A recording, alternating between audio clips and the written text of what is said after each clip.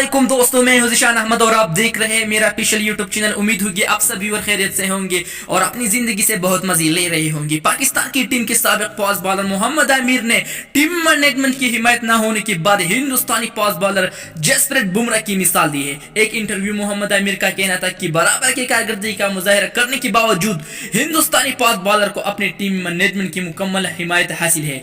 आमिर का कहना था कि मेरे ख्याल में सिर्फ 4 या 5 मैचों की कारकर्दगी को देखना दुरुस्त बात नहीं है।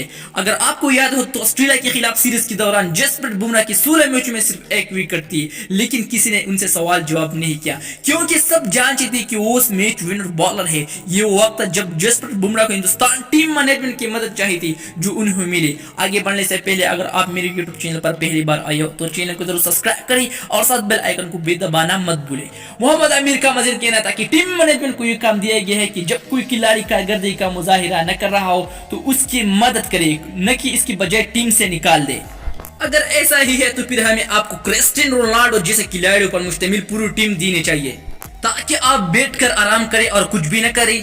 उन्होंने इंटरनेशनल क्रिकेट में वापसी की अफवाहों को मुस्तरद करते हुए ये भी कहा कि टीम मैनेजमेंट के साथ कोई इनका जाती मसला नहीं है। आप बताएं, क्या वाकई मोहम्मद आमिर के साथ टीम मैनेजमेंट ज्यादती कर रहे हैं? कमेंट्स में अपना राय जरूर दे। तब तक के लिए इतना ही। अपनी भाई ज़िशान अहमद को दीजिए इजाजत। अल्लाह हाफिज।